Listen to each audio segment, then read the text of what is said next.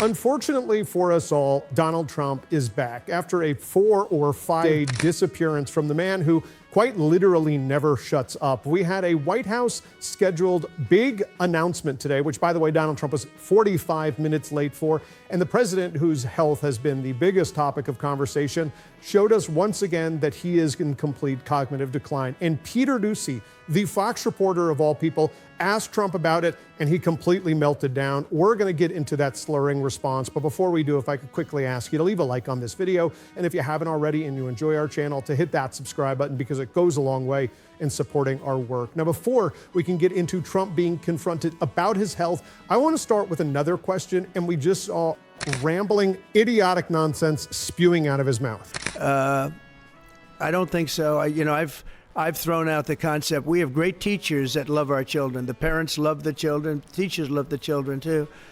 And if you took a small percentage of those teachers that were in the military, that were distinguished in the military, that were in the National Guard, et cetera, and you let them carry, that's something that a lot of people like. I sort of liked it. It'd have to be studied, but they're trained. They know about weapons. You can't do it with every teacher because most teachers don't know, but I always thought that would be an alternative.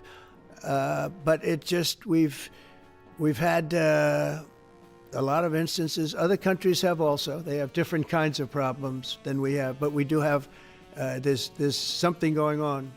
I continue to say this, and I think it's important in calling out an administration that calls itself the most transparent in history. But just because Donald Trump responds to a question doesn't mean he's answering it. And it's very clear that he has no care for any policy when he's talking about crime or those that we have recently lost in a tragic school shooting. All Donald Trump wants to do is kind of put on this political theater, but he doesn't know his lines. He's in the wrong costume and he's tripping over everything he says. So it's not very good political theater. This is a guy who wants to present as strong and tough and fighting back, but it's just not working because he's none of those things. Even when he tries to look tough by intimidating a Democrat like he did attacking J.B. Pritzker right here. Are you going to send National Guard troops to Chicago? I didn't say when, but the answer is, look, Chicago's very interesting because I watched Pritzker get up and say about, we don't need help, we're safe. But 2 weeks ago, they had 6 people murdered, and they had 24 people hit by bullets.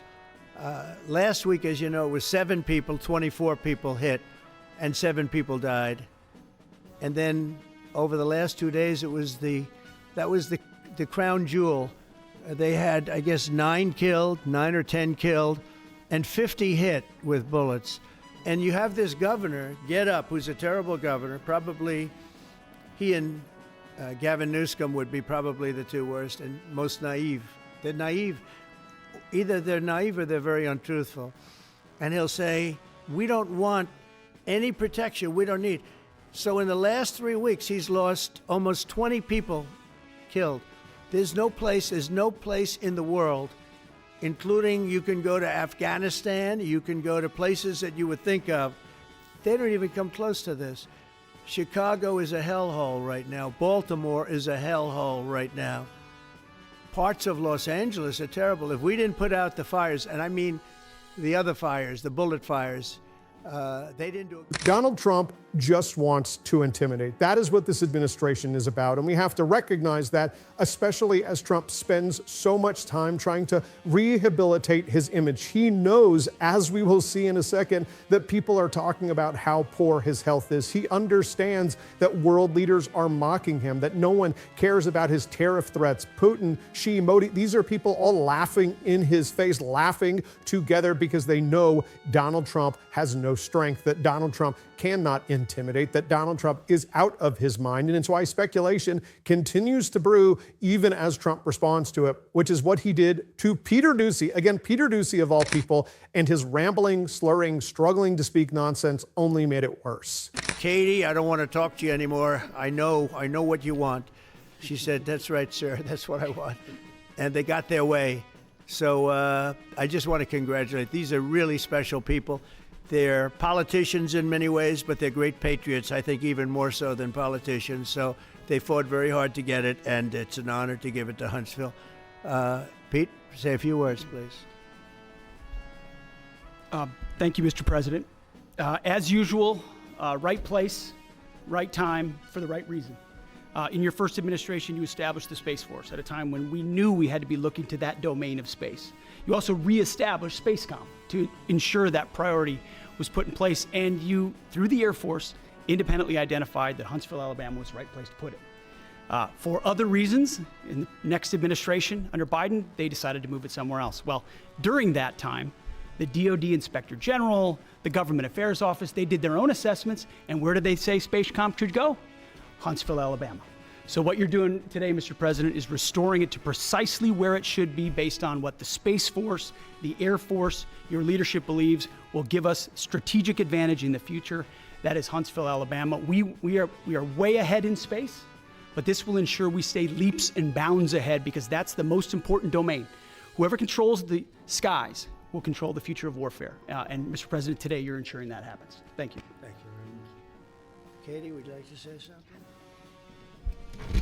Mr. President, we are grateful for your leadership on this and restoring Space Command to its rightful home in Huntsville, Alabama. This delegation has... That is circulating online now of the White House, where a window is open to the residents upstairs, and somebody is throwing a big bag out the window. Have you seen this? No, that's probably AI generated. So, Actually, you can't open the windows. You know why? They're all heavily armored and bulletproof. a fake video. Well, it's got to be, because I know every window up there. The last place I'd be doing it is that, because there's cameras all over the place, right? Including yours. No, but every window, I've never seen a window that's... In fact, my wife was complaining about it the other day. She said, love to have a little fresh air come in, but you can't. They're bulletproof. And number one, they're sealed. And number two, each window weighs about 600 pounds. You have to be pretty strong to open them up. No, that has to be... Where was the window? Let me see.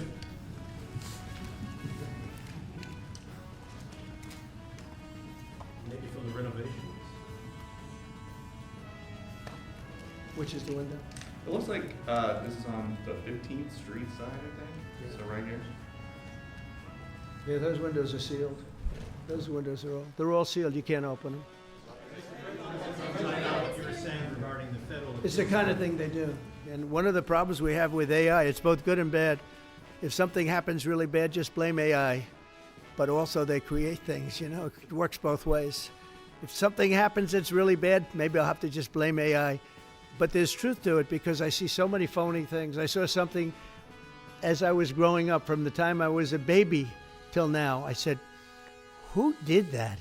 It was AI generated. So it's a little bit scary, to be honest with you. But those windows are all very heavily sealed. Thank you, Mr. President. Follow up with what you were saying. This is clearly a man in cognitive decline. He starts out that answer by saying, well, I didn't know people were saying this, but I guess people were saying it. But were they really saying it? And who's saying what? And I'm doing so well, and I'm so strong and tough. And Biden never talked. He didn't like to talk, but I do. But then where were you? For a guy who cannot shut up and is always posting those poignant truths, he called them what? About your golf game?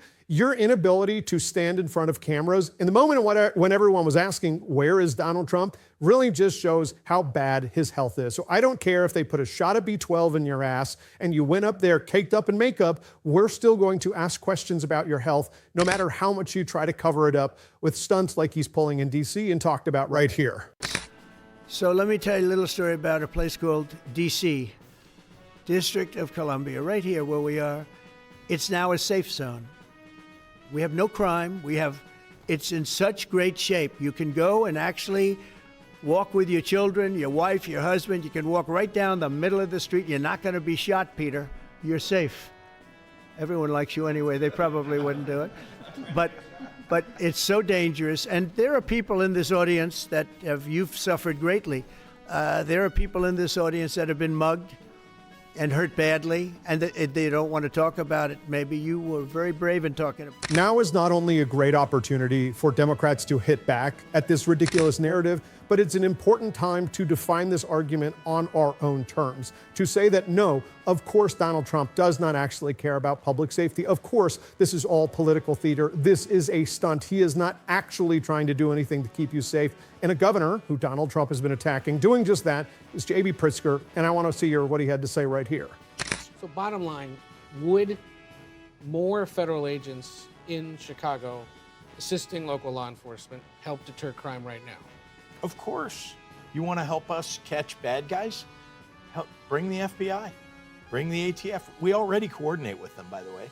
We do a lot of work with them. We do drug interdiction, we do fighting gangs, and we do interdiction of guns at the borders. I want to point out, by the way, if Donald Trump really wants to help us, what he'd do is pass universal background checks for guns. We have that in the state of Illinois, but no state around us has it. Right. How about having it on a federal level? Because that would help keep guns off the streets. I mean, part of the reason I ask about the potential for federal deployments to help right now is that according to a CBS News data analysis of what's gone on in Washington just in the last few weeks, while crime there as well was down, and in most cases down double digits, it's down nearly 50% in the 3 weeks since the National Guard moved in. Assaults down 41%, homicides down 69%, robbery down 63%, and the mayor concedes carjacking, which would become a bigger problem, down 83% since the federal agents showed up. So this kind of deployment he's set up in Washington that he says he wants to do in other cities, at least in Washington, is showing potential success. And what I hear you saying is, well, sure, if they show up, it might help us too. I'm saying we don't want troops on the streets of American cities. Right. That's un-American. And frankly, the President of the United States ought to know better. This one doesn't seem to. We have to use Donald Trump's attacks and his lies as opportunities to talk about how Democrats are actually succeeding. And someone who is doing that really well right now on the campaign trail is Graham Planter, who is running for Senate in Maine. And I'm going to link a donation link for you below to support his campaign, to learn more about him. He's running against Susan Collins. He's the type of Democrat that we need, who is willing to call out the billionaire influence in our politics on both sides, who is willing to stand up and say Democrats not just need to talk about, but fight for the children in Gaza, to stop the ongoing genocide being perpetrated with our tax dollars. That is the type of candidate that we need. Anti-corporate, anti-establishment. That is what I'll be cheering on. So please go and support his campaign. And of course, if you want to support us, as always, you can hit that subscribe button, leave a like on this video. And if you stuck around to the end, drop a blue heart in the comments. And until next time, I'll see you soon.